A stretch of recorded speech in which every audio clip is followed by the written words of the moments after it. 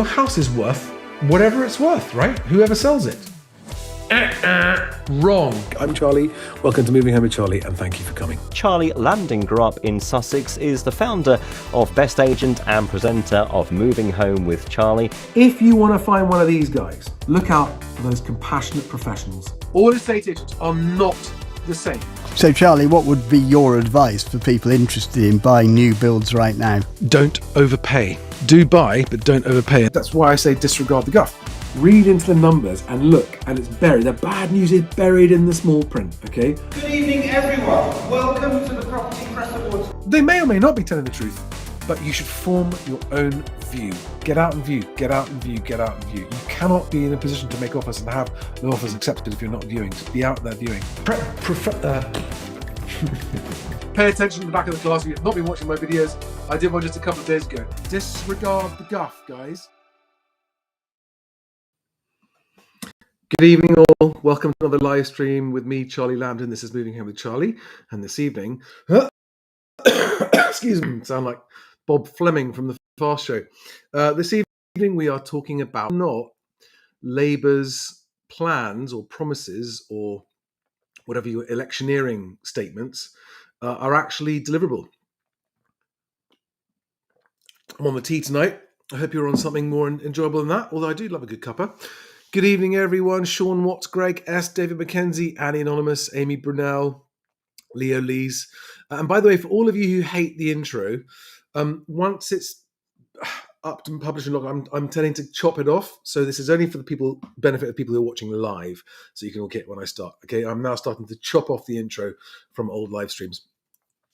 Now, it's just me tonight, I'm afraid. Alex... Housing Stig has a better offer tonight that involves wine and going out. So I asked him if he wanted to join this evening. He laughed, went, "Ha! No, I'm having much more fun." So I have been saying for a long time, for those of you who are new here, welcome to all my new followers, lots and lots of you. It's wonderful. Thank you so much. That I think housing is a bigger priority than the economy, because I think from housing, better housing, good things flow. Better health, better education, better security, less domestic violence, better confidence to have family. Just so many things flow from having better quality housing, especially for working people. And the pinned tweet or the pinned post on my Twitter/X profile is a meme that talks about why I think it's housing stupid, not the economy. And I firmly believe this. Now, let me just start by playing you a short clip of Angela Rayner's speech. Okay, here we have it. One moment.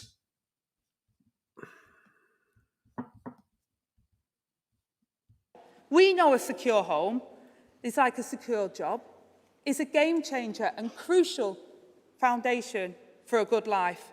That's why we will get social homes built, brick by brick, building not just homes, but also communities. And I'll get my hard hat and high vis on if I have to.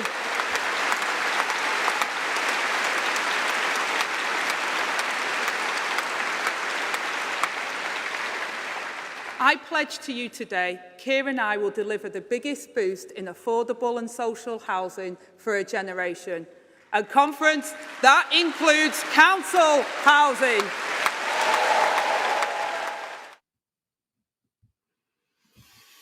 So, sounds good, doesn't it? And as I've been saying for a long time, I think whichever party has the most credible plan to improve housing will probably win the next election. That's if all else was equal. All else is not equal. Of course, there are lots of other things involved. But I did do a poll of my followers on X, and these were the results for those of you who haven't seen it. And they were slightly different from the results. I did the same poll on YouTube. But here are the results of the poll I did on Twitter. If the next government could achieve only one of the things on this list, which would you vote for? And 48% of you voted for affordable housing, 2% smoking banned, 25% illegal migration stopped, and 25% high wages and employment. And that was out of 1,665 votes. So it's a reasonably good turnout for that. And on YouTube, it's actually, let's just see, the results are interestingly different. Only 600 votes, but let's just have a look there. So there's exactly the same question on my YouTube channel and my YouTube followers. 44% affordable housing, 3% smoking ban. So there are more of you worried about smoking on YouTube. 38% illegal migration stop. So more than double the number that voted for high wages and employment. So that's 38% of people. Twice as many people would rather illegal migration was stopped than getting paid and having more jobs, which I found interesting. I think it's blamed for all kinds of problems, and no doubt a lot of problems do come from it, but not as many as I think people suggest. Now, in addition to everything that Angela Rayner said, which I'll come on to in a minute, I'll actually itemize them. Rachel Reeves, in her speech today, said, we will raise stamp duty surcharge on overseas buyers to get Britain building. Okay, so that was something that Angela Rayner did mention, but that has been mentioned by Rachel Reeves as the Shadow Chancellor in her speech. So what are the other points that have been raised? Hang on a second. So the other points that were raised by Angela Rayner were leasehold reform, funding for councils to build properties, a beefing up of Section 106, which I'll come on to in a minute, and a mortgage guarantee scheme for first-time buyers who don't have access to the bank of mum and dad. So, straight away, let me just give you my position on this. My position is that anything that results in more people being able to afford a decent home to live in gets my vote. But empty promises are one thing which all parties make before all elections, and none of them ever deliver. Ability to deliver, for me, is a higher factor in my decision-making process than how many things they say they're going to do, because these are the questions that I've got about this situation. My questions about the situation are, okay, it's all very well. Let me run through the other things, by the way. So Section 106, just so everyone knows what it is, because it is important, right? And I found this page. It says the planning obligations under Section 106, commonly known as 106 agreements, are a mechanism which make a development proposal acceptable in planning terms that would not otherwise be acceptable. So in other words, it's a section that allows negotiations to happen between developers, housing developers, and local councils. And it goes on to talk about the common uses of planning obligations are to secure affordable housing, and it talks about infrastructure that's required. So, I don't know, you could say that if that act has been in place for a while, allowing councils to insist on an infrastructure like schools and roads and that kind of stuff, that perhaps they haven't been negotiating well enough from the council point of view, because the councils have the ability to say yes or no to housing based on these negotiations, if I understand it correctly. And what Angela Rayner is saying is that the developers have not been held to account, or haven't been delivering enough under Section 106. So she's saying they're going to use Section 106 better. Okay, fine. I'll come on to questioning that in a minute. Next thing she's talking about is giving more money to the councils to build houses. Great. Important to know where that money is coming from. And leasehold reform. Almost everybody agrees that leasehold reform will be a brilliant thing. And she also says she'll abolish Section 21 evictions. No fault evictions will be abolished as well. Okay. The big question in my mind that I would put to Angela Rayner, I'm actually going to, I know this might sound silly, like it might sound like I'm shooting way above my station, but I am going to try and see if I can get Angela Rayner to come and do an interview on this channel about these. And some of the questions I'll put to her would include, what specifically are you going to be able to do that previous governments haven't been able to do to fix this problem, and why? So, for example, you say you're going to get more houses built. Exactly what are you going to do to achieve that? I mean, and I'm not saying that I don't believe they can, but I'm saying that I'm reserving judgment until I hear the plans of how they're going to overcome the problems that every other government has come up against. Because let's face it, it's not that the developers don't want to build more. In the last few years, they could sell everything that they built and some. So they would have built more if they could have. I know some people say, well, they're land banking and that's whatever. I don't know the numbers on land banking, but what I do know is that for the last quite some time, developers have been able to sell everything they build with no problem. They've had people queuing up and buying stuff off plans for years. So why couldn't they build more? It was to do with planning consent and planning problems. And if the previous government couldn't get around that when it wanted to get around that problem, what is it that Angela Rayner thinks Labour can do that the Tories couldn't? I don't have an answer to that. I'm genuinely curious to know, because without an answer to that question, I don't believe they can do it. I don't believe they can do it. No, wanting to do it is one thing. Being able to do it is quite another. Same problem with leasehold reform. Leasehold reform is horrifically complicated. Like, horrifically legally complicated. And as we all know, the government gets tied up in legal challenges to everything and anything it wants to do. So with leasehold reform, my relatively underinformed opinion on it, I am not a leasehold expert by any means, but I do know how complicated it can get. The only realistic prospect of change is to pass a law that changes leasehold terms going forward. You're not going to be able to undo very, very old leasehold terms. That will just become too difficult to get through. So that's not going to make a big difference that fast. And in terms of councils building to rent, yeah, okay, you're going to give them money to do that. That's cool. Where will the money come from? Because I do agree that we don't have a national problem with house building. We have pockets of places where house building is a problem. On the numbers nationally are a problem, but actually there are areas of the country where there are available homes and there are empty homes, and there are other areas where there's a massive chronic shortage. And so it's got to be done targeted and local. So I would love to know, guys, what your questions and thoughts are on this. And after this, by the way, I'm very, very happy to take any questions about anything you want to talk about to do with hand moving. So has anyone else got views on everything I've just said? One more comment, I think, is that so far we haven't heard a squeak out of the Tory government about what their housing plans would be. All we know is that they've failed to deliver on what they were going to deliver, and it's all on ice. The leasehold reforms are on ice, rental reforms are on ice, and they had money to build houses. They didn't actually get them built, and they had to give the money back. So there's been a colossal failure to deliver on what was promised by this government. And guys, I'm not going to get party political here. There's no point. Let's just be open-minded. Let's just say, hey, if people want to improve housing, let's hear their plans. Okay. Just looking at some of your questions here. Oh, I know I need the Ethernet cable, guys. I'm getting there slowly with my internet connection. I'm sorry.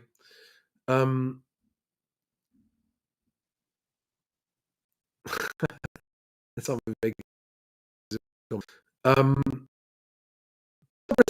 It says, this is a worthwhile point to start on. We could do all of them if we stop the boats. Everybody wants to stop the boats. Everyone on both sides of the house wants to stop the boats, the illegal migrants. But if they could have, they would have. And it's yet another thing. Rishi Sunak has promised to stop the boats this year. How's that going? Doesn't look good. Are they pinning their hopes on the Rwanda thing? Personally, in my opinion, when you're facing people that are willing to risk, literally willing to risk their lives to get across the channel, they're not going to give a stuff about where they might get sent if they make it to the other side. I just don't see that as a deterrent at all, the Rwanda thing. I just don't see that it also, the numbers of people they could send aren't going to make a dent in the people coming across. So I just don't see it working as a deterrent. So Richard Longmuir says, the trouble is Angela Rayner is about as credible as Diane Abbott. Okay, I actually don't agree with that. I think Angela Rayner does have a bit more about her than Diane Abbott. I think, and no disrespect to Diane Abbott either. I know she fluffs up in interviews and stuff, but I just so you know, guys, I have respect for anyone who gets elected over their competitors, right? If you get elected as a member of parliament, you've already achieved more than most of us will ever achieve in our lifetime. So that's my general view of any MP, right? If you got more people in a particular constituency to vote for you than anyone else did, that deserves some respect. It doesn't mean I agree with policies and anything else, but that's my view. My starting point is, until they prove otherwise, as in they're not trustworthy or something else, an MP of any party gets my respect for being voted.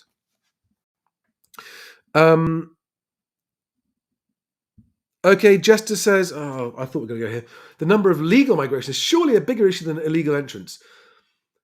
Most legal migration, like 3/4 to 80% of it, is students.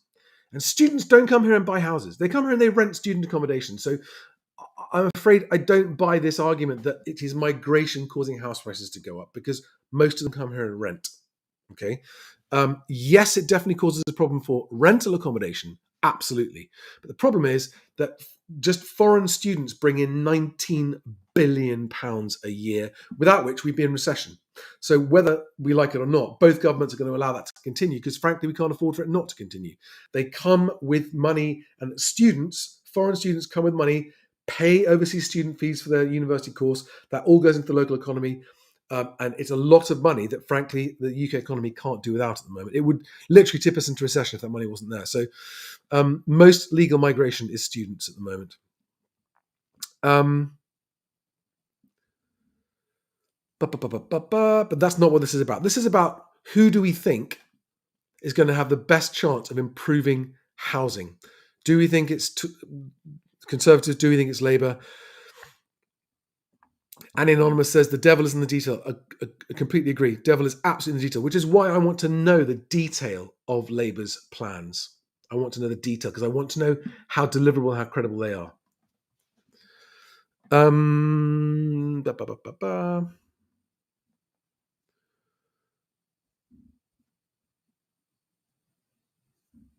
Just reading through all your comments. I mean, Craig Lee, thank you. So Charlie's right. Planning delays and issues regarding delivery is the main problem. I agree. And that's just red tape and vested interests, and as at a local level. Yeah, Labour could end right to buy. I wonder if they would or not. I don't know if they've stated anything on that. Richard Longmuir says, okay, this is a valid point. He says, and just how is all this going to be funded? We're already sitting on record levels of national debt. Yes, I agree. But if we're going to borrow money as a government, the taxpayer is going to borrow money like it is. In my view, there is no greater long-term return on that borrowed money, therefore return on investment for the country and the government in multiple levels, than building quality, decent, affordable housing. Okay?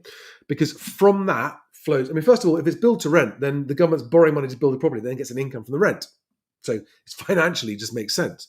Secondly, if it starts to improve the living standards of working people, that will improve everything as well, including our productivity.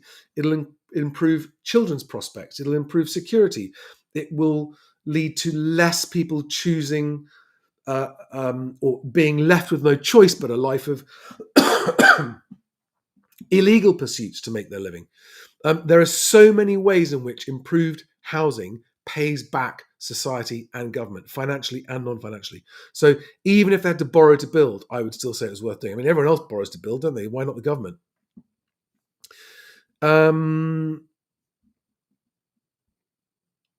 Jimmy Davis says, we need to stop entitled boomers from blocking housing development. I tend to agree with you on that.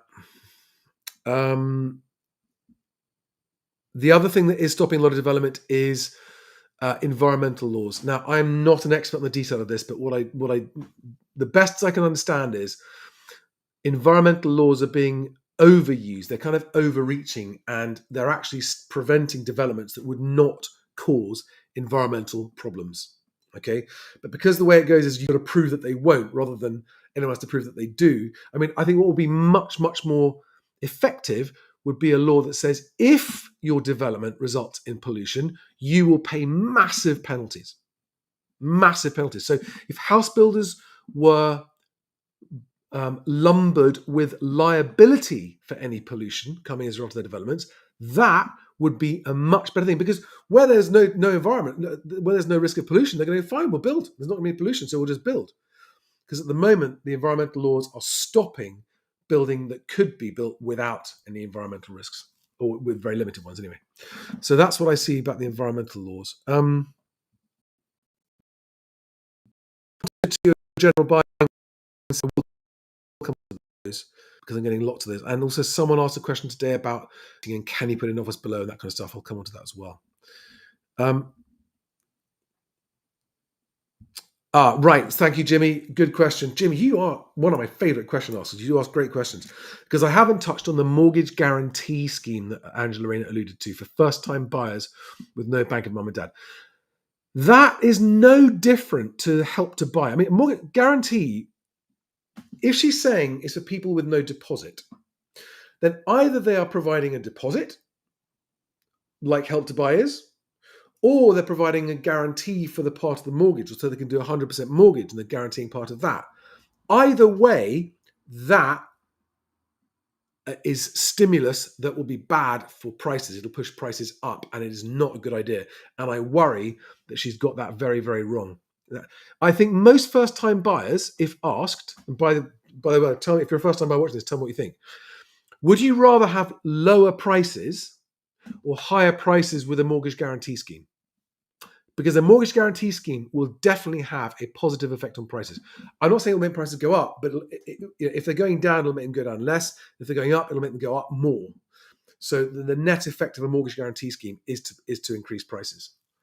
So that would be a mistake on Labour's part. So if Labour are elected and delivered on all plans, how do you think it would affect prices? Well, their plans are to deliver more new build houses than the Tories' target of 300,000 a year. So if they were to achieve that, and if councils were given money to build houses for build to rent, and if they dealt with Section 106 to make sure that developers were building more affordable housing, if they did, I think they would actually ease house prices, with the exception of mortgage guarantee. All the other plans that they're talking about would ease house price inflation. That's my view. But a mortgage guarantee scheme would probably offset all the benefits of all the other steps that they're doing. So that'd be a mistake. XL2828 says, too little, too late, we're too far gone, a bit like house prices. Yeah, but I mean, what do you mean? Just don't do anything? Just don't bother? Just say, fuck it, we're fucked anyway, let's not even bother doing anything? I mean, we can't do that. And no one's going to get voted on that either. And I don't think it's ever too late. There are new generations coming out all the time who are going to need something. So even if the next home buyers for the next 10 years are stuffed, if they started something, if the next government began a program like this and were careful not to overinflate prices with stupid stimulus, then 10 years from now, things might look better. Jay says the Tories are the Tories know they will not be elected, so are quite happy to ignore housing and in fact let it slump before Labour take over. Interesting thought.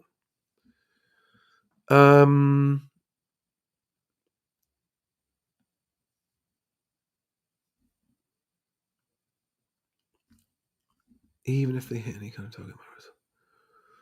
Right, so Anthony Thomas makes the point, even if they hit any kind of target, my worry is that it will be more new build unadopted roads with no infrastructure, supermarkets, doctors, nurseries, etc. Well, that's where they can use this Section 106. That's where the councils have the power to say to a developer, you can only build all this stuff if you also build the things that they're going to need as well.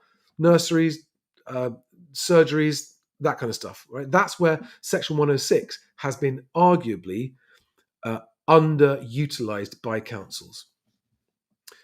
So yeah, Dan Longan says you need schools, shops, dentists, doctors, everything. Yeah, I totally agree. And isn't that what local councils are for? Isn't that their job? The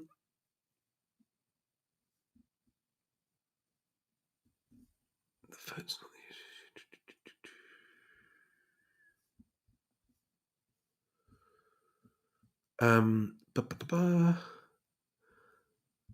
C'est moi. Oh, okay, gone all flash with the designer car in the salon. I love that you think that my 33-year-old banger is a designer car. This is one of my favourite things. It's also the favourite car I've ever owned, and it's a 1980s clapped out old banger, but I love it. A bit like me. Yeah, Cybermuse says prevent land hoarding in relation to developable land. This is where a lot of people are calling for a land value tax to solve that problem as well. And I agree. M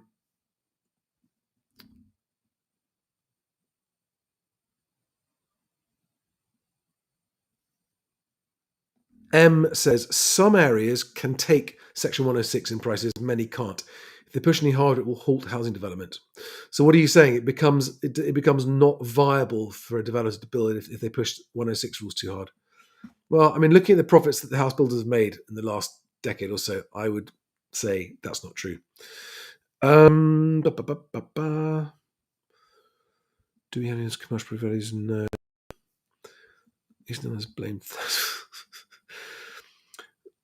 Yeah, there's no point in blaming things in the past. We can't undo the past. We can just talk about the future. That's the point of this. Barry Crump says all politicians promise the earth in order to get elected and then fail to deliver once they get in office. They're professional lies. I agree with your first sentence. I think they mean it when they say it. I believe Angela Rayner wants to deliver that housing. It's not a question of honesty.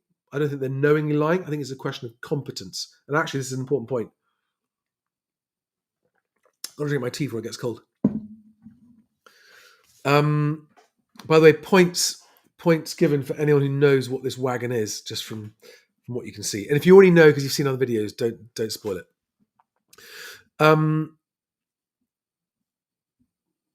I think my biggest concern about the Labour Party is how well it will function in operation, if that makes sense. Once it's actually, if it gets into government, which is looking like it probably will, how well will it function as a team, as an outfit, as an executive? How efficiently will it function, or will it just get tied up, internal fighting, and no one wanting to make a decision, and everyone being too scared? I mean, generally speaking, history shows that the Conservatives do better at that than Labour, although this most recent government hasn't done that. I wonder whether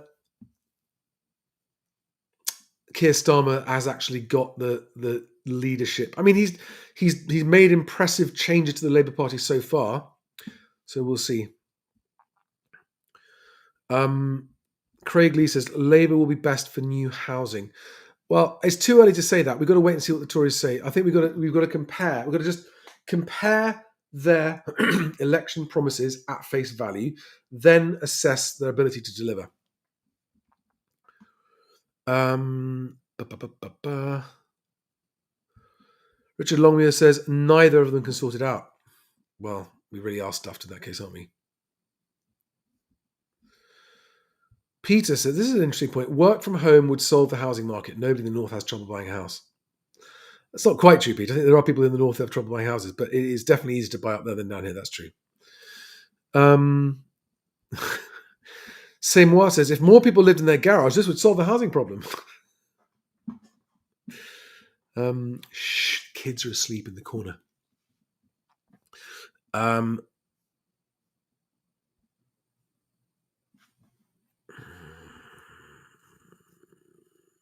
Looking for some insight, guys. Looking for some insight in the comments here. Yeah, this is a very true point. XL2828 says, what's the obsession with immigration? The country needs immigration. Without it, we are screwed. The problem is infrastructure not being built. Now, listen, guys, it is true. Without immigration, we have not been having enough babies to match one for one. So our population without immigration would be shrinking rapidly and bring about economic collapse. So, you know, we've had it for a very long time. It's an essential part of our economy, whether we like it or not. We just won't have enough kids. Right, guys. So, yeah, lots of you feel the same about promises not being kept once they're voted in.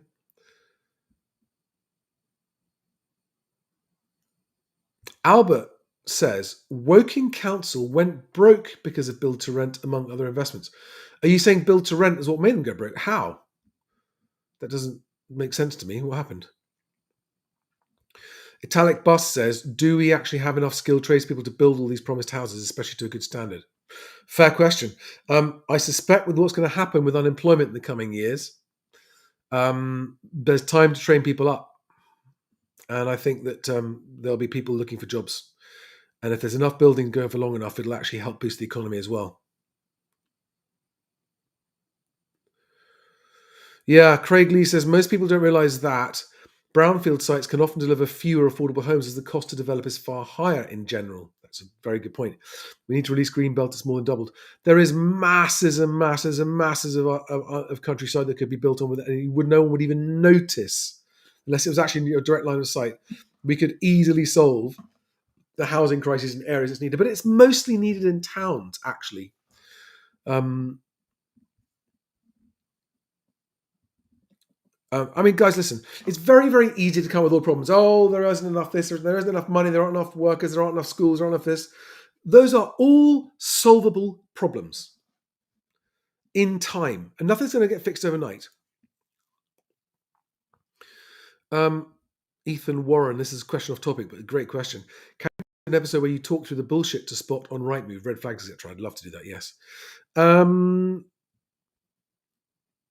Yeah, Gaza P says, get ready for the new brain drain after the next election. The country's going down the shitter very fast. I'm trying to catch. Oh my god, I'm so far behind on. Yeah, lower prices, says Anthony Thomas. All these help to get on the ladder schemes just increase prices. That is true.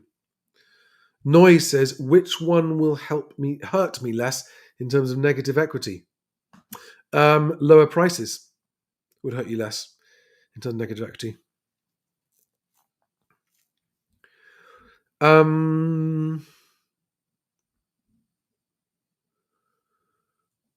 landlords don't this way. And this is a very good question. Nathan M asks, average landlords don't make much money anymore. How will the state make money from social housing tenant rents if they are paying nowhere near market rent needed to keep up maintenance? That's a very, very valid question. The average landlords are borrowed up on buy-to-let mortgages at high interest rates. So it stands to reason that the councils who are buying to build in larger quantities they'll effectively be purchasing property at build cost. So they won't have to borrow as much as the landlord has to buy. But they should get market rents. It's a very valid point. But again,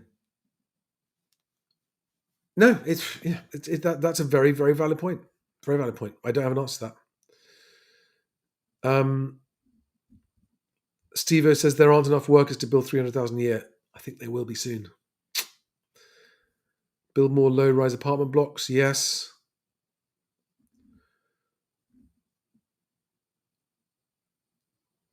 There's some funny but not very helpful comments here.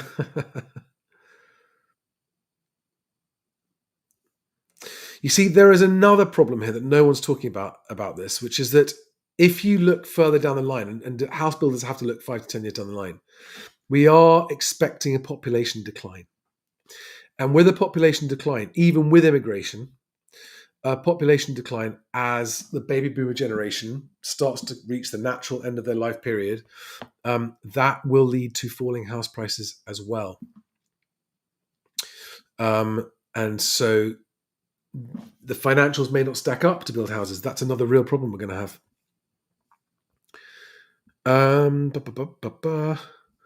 Cookie Monster says, oh, stop it, Charlie. What am I supposed to stop? Lord of the Flings says, I think Labour will come into power. We will go into recession. We already are going into recession. They will botch it up and give up their chance to get re-elected for the next 10 to 15 years. That is not an unlikely scenario. Mad Mountain Man says, local councils are too busy wasting taxpayers' money on virtue signalling. That's a perfectly valid point of view. Land value tax would further inhibit delivery. Why would that happen, Craig? Would that not just make people sell up land they're not going to build on to people that do want to build straight away? You see, I think that there's a very big appetite for people to do self-build. At the moment, that's too expensive, and a lot of that land was freed up by land value tax and self-building. So, for example, if you were buying land to build on and live in it yourself, and you didn't have to pay the tax while you're building it, there'd be tax breaks for people building their own houses. That would make sense. Jason Bourne, nice name. No matter which party wins, unfortunately, the people who truly run the country remain unchanged. The bureaucracy never changes. You're talking about the uni party that I've heard of. It's hard to disagree with that too. Charlie, what's your opinion on tradespeople in general? I find very unreliable and lazy, says LPD23 on YouTube. So generalizations are always wrong and a bad idea and unhelpful because there are no generalizations that are true. For example, all estate agents are the same. No, they're not. All landlords are the same. They're all lazy, greedy bastards. No, that's not true. All tradespeople in general. No, it's just not true. Okay, so I live in a new build house development that's still building, and I get to actually witness them every day. I've met them and know them, and these guys are working hard and delivering, and I live in one, so I can tell you it's a pretty high standard. So far, there's been virtually zero snagging needed so far. So as with any trade, you will get a spectrum of people who do it very well through to the people who do it very badly. There might be a large chunk in the middle that are average and mediocre. With estate agents, it is 15% who do it really well, about 60% who do it pretty averagely, and about 15% who do it really badly. And that's pretty true of any industry, in my view.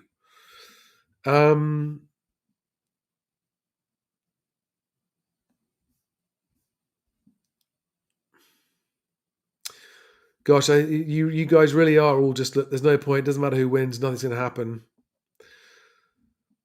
You see, yeah. I mean, it's a reasonable conclusion to come to based on where we've got to so far. Simon Reed says, if it's a Ford Capri, I'm gel. No, it is not a Ford Capri. Todd Unctious says, it's a Trabant.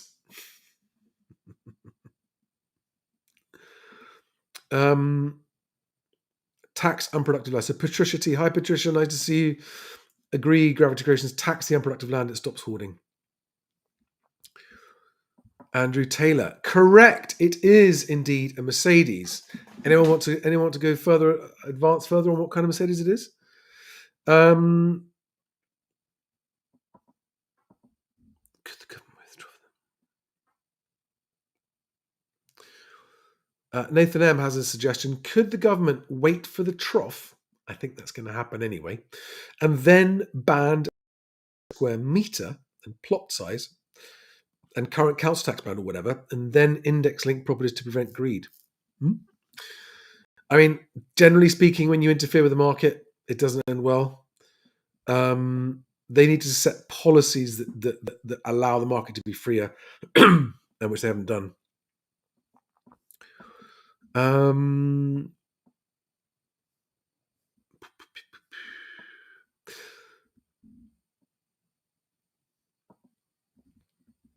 Cookie Monster says, smash the like button, guys. Thank you very much for you guys saying that. I always appreciate that. It does help. Population growth.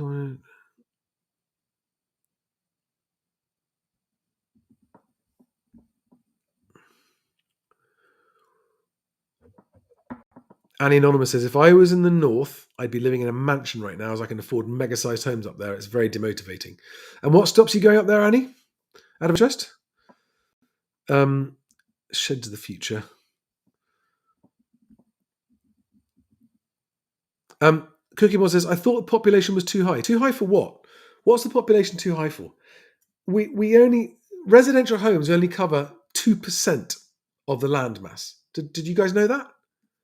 Residential building covers 2% of our land mass. That's it.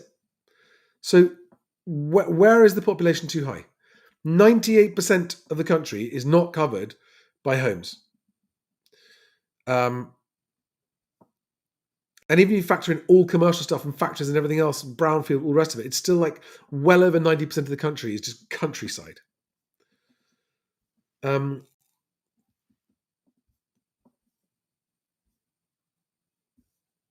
What else do we have here? Chelsea Clement says, we haven't been having babies because we can't afford to. Love is free. Love is free.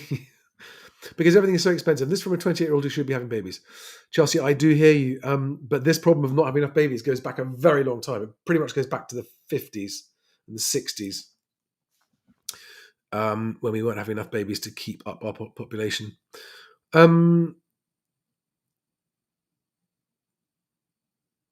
Simon Reed says, do I need to purchase a property search pack if I was to purchase a new build? If you're using a mortgage to buy it, yes, you will have to do that.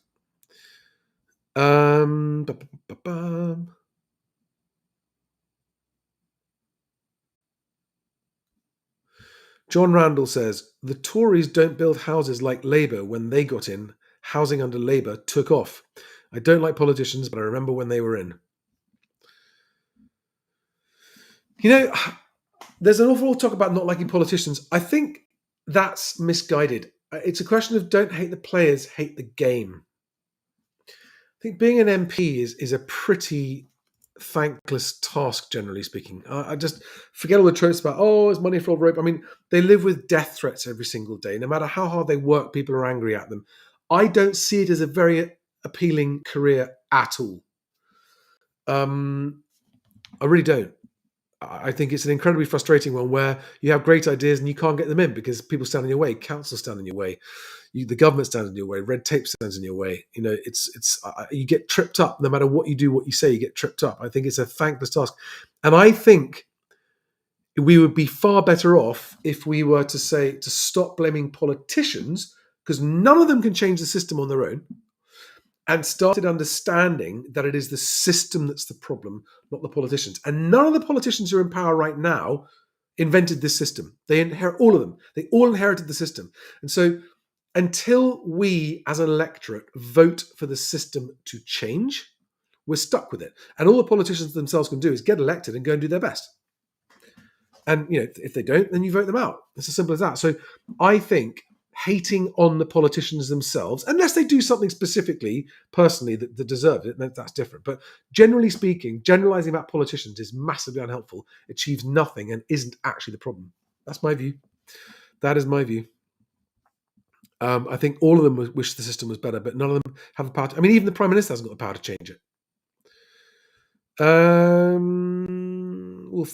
That's a great question. Chaz Percival, will free childcare have a big effect on house prices? Great question. I don't know the answer to that. Haven't thought that through. Kids right now are very expensive. I couldn't agree more. Kids are hugely expensive. It doesn't make sense financially to be working if you have kids to look after. It makes more financial sense to not work, which is part of the problem.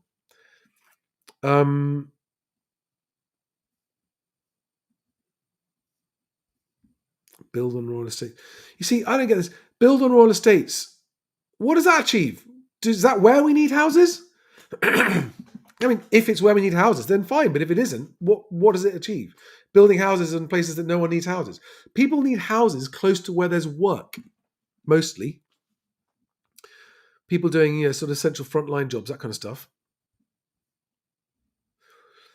Liam Jennings says, migration is fine as long as it's skilled migrants. Well, at the moment, migrants tend to be higher skilled than our own homegrown workers, which is why, this is where I think there's been a massive failure on education, because we have a generation of people who don't have the skills to do the jobs that we have. And so we have to import skilled migrants to do those jobs. Wasted opportunity.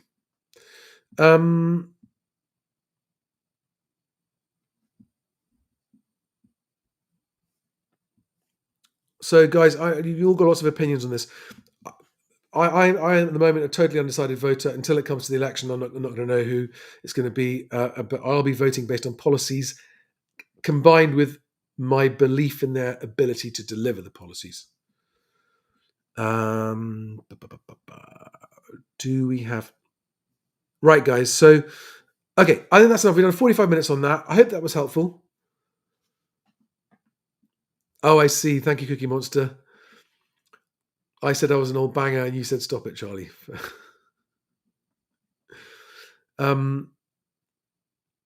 Do we have now questions, guys?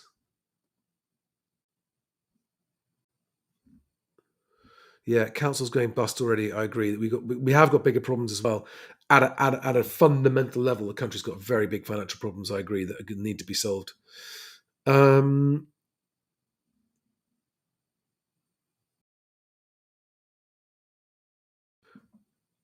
He says, will building firms build social houses for Labour as it's all about profit for them?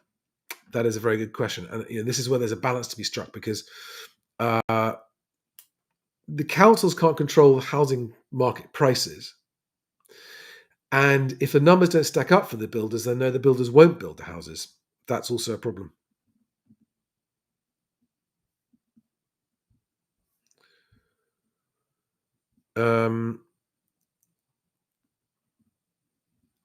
Anthony Thomas asks, what developer? But I should know that, shouldn't I? It's a local one in Devon. They just do stuff down here. I don't know, actually. I don't know that. I don't know that.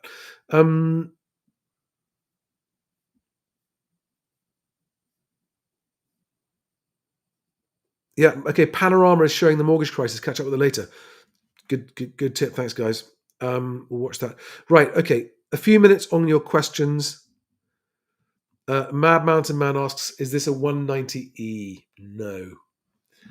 I'll give you a slightly, just a tiny bit of a better look at it.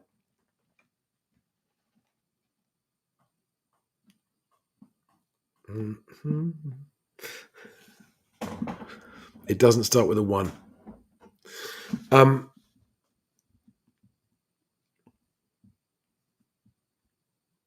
Right. Okay. Straight to questions. I'm going to scroll straight to the bottom now. So if you put a question in and you want it answered and you're still here, could you copy and paste a question and type your question back in? I'm now going to answer questions about moving that you have. So Simon Reed, this is a question from much earlier on, asks, as a cash buyer, when should I wait? Until spring, summer 2023? Spring, summer 23? We've had that, haven't we? Do you mean 2024? I'm assuming you mean that. Also thinking new build, well, I still need to purchase a pack. Yeah, need to get a pack. As a cash buyer, if you're in no hurry, I'd be out viewing, because there are already bargains starting to pop up. Like, real bargains are appearing from certain sellers. The kind of sellers who've owned their house for such a long time that even taking 30% off, they're still making a huge profit on what they paid for it 40 years ago. There are lots of sellers out there and properties for sale that have been owned for decades, and they just need to move on. And some of them are showing that they're just prepared to get it sold at whatever the best offer is. So if you're out there looking, as I've always advised, be out there viewing, be actively viewing with the estate agents, because then you're the person the agent will ring up when a good deal comes along, because he knows you're going to take it. So, but other than that, I mean, that's my answer to everybody, right? Be out there viewing. If you're a cash buyer and you'd like to buy a home, but you don't want to overpay, be out there viewing, because unless you're out there viewing, you have zero chance of finding a place that you love that happens to be at a big enough discount that you're happy to buy it now, rather than waiting for a year. Because if you wait until you think you've hit the bottom, you will be too late at that point. You've got to invest the time and money being out there viewing now.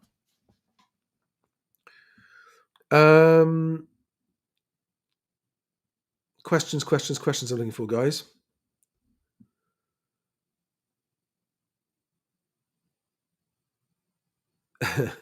Mad Mountain Man says, question, Charlie, can you care to ring the estate agents down my way and tell them what's going on? They don't appear to have woken up yet.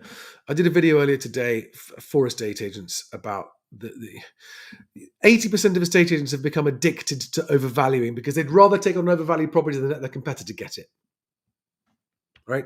And they're literally, most of them are just addicted to that. They don't know any other way to get your business, and they're taking them on, and they just don't know what to do. They can't sell them. Craig Lee asks, what do I believe the interest rate will bottom out at, and when? If you mean the Bank of England rate, I don't have a particularly strong opinion on this. I certainly don't have a strong opinion on the timing. I think everything's up in the air right now with interest rates. They could stay where they are. They could creep up a bit more. Inflation has an uncertain future. They might reduce them a tiny bit if the economy starts to grind to a halt too fast.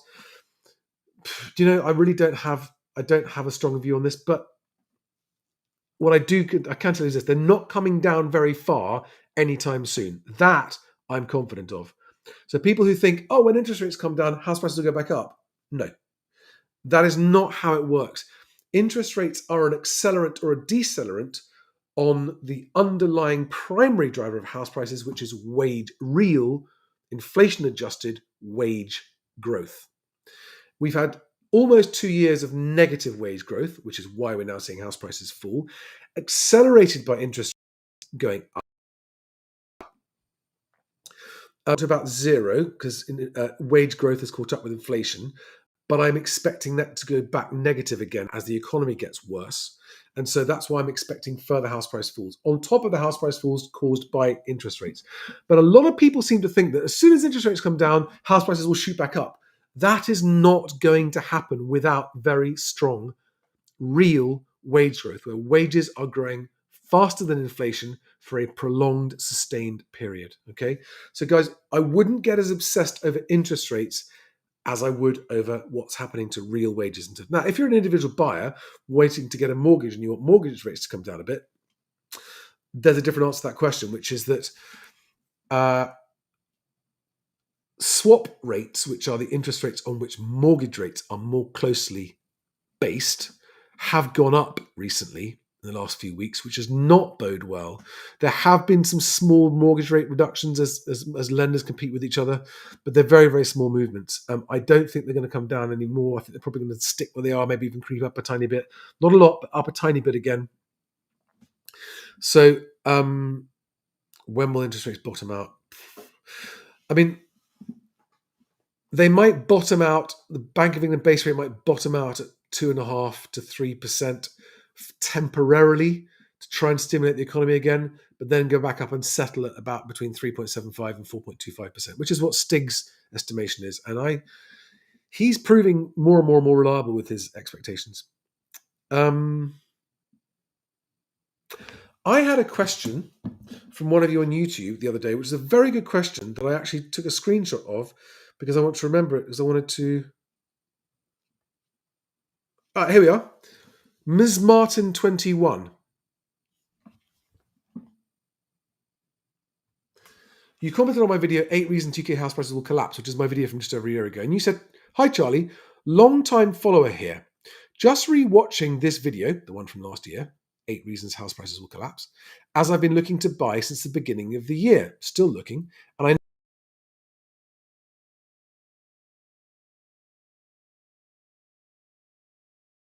are now in... Oh, come on, come back. You still hear me, guys? Can you still hear me? Oh, I've got the camera the wrong way around, haven't I still? Oh, I'm sorry, guys.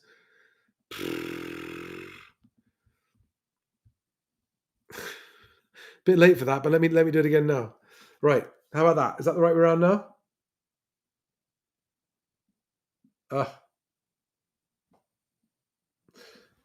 Right, I'm back. I'll start again. Ms. Martin 21 said, hi Charlie, long-time follower here.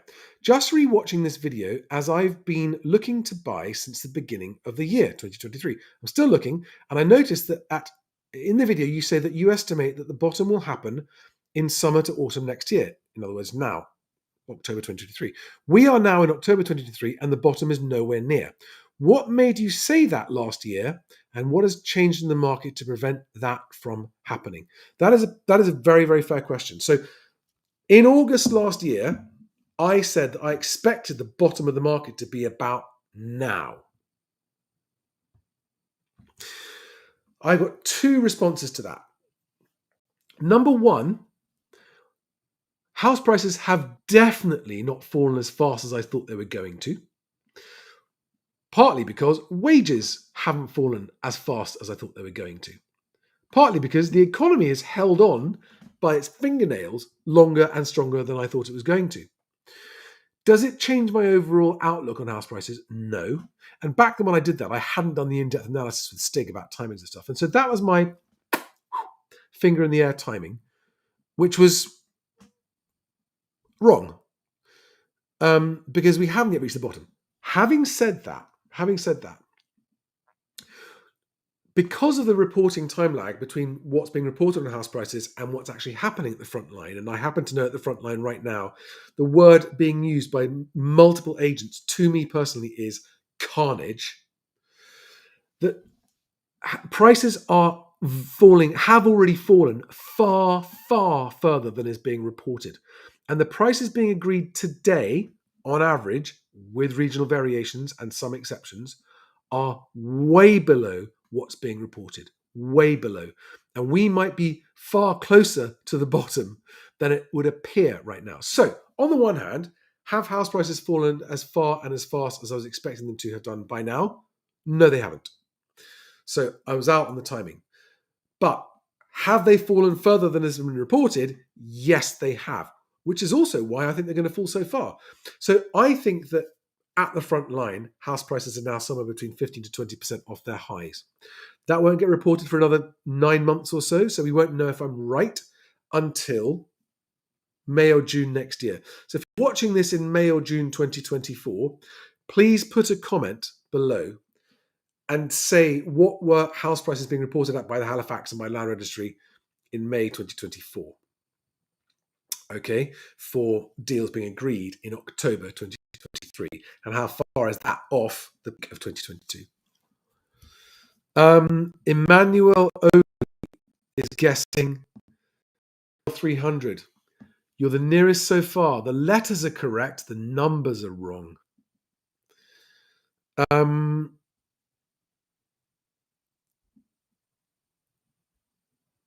Do we have any other questions? So yeah, I thought I should do that. I hope that person's watching.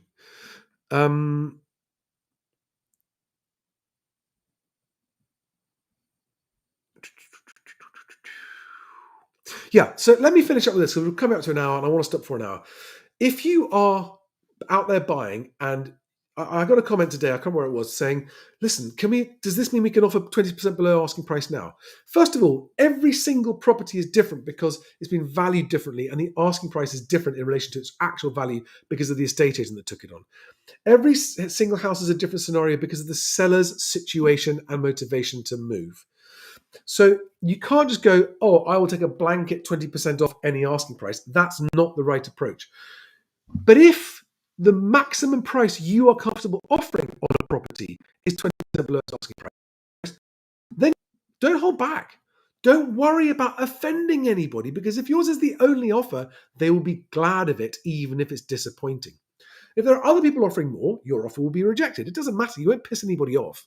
And I've had more and more and more stories of agents who've been coming back to buyers with their tail between their legs 3 months later saying, you know, that offer that we rejected and laughed in your face for making 3 months ago, you still interested in that price? That's happening all over the place. So I can assure you right now that there's going to be a warmer welcome to your offer, whatever it is, right now than at any time for the last 15 years. Get out there, make your offer, make it by email, but make your offers. Don't worry about how far below asking price it is. But just because I think prices are going to fall another 20%, excuse me, doesn't mean you should take 20% off the price, because you've got to factor in the value of living there for that time over the next couple of years. Guys, I'm going to wrap it up now. Any last minute questions? Last great question. William Kerwin says, is it worth explaining why your offer is much lower than asking price, or is it wasted energy? Wasted energy. No need to explain it. This is the maximum I'm comfortable offering your property. That's all you've got to say. But make sure you've got your mortgage in principle, proof of deposit funds, conveyancer lined up, and offer to buy the search pack if they accept it. All of which you can get at my website, mhwc.co.uk, including if you want to book a one-to-one video call with me, I have one today, very interesting one with a cash buyer. mhwc.co.uk, just down there, where you can book time with me or get your conveyancer or your mortgage broker or your search pack if you need it. Thank you all for watching. Hope you have a great evening. I'm sorry about the internet connection problems. And I will see you on the next video. Thanks, guys. Bye-bye.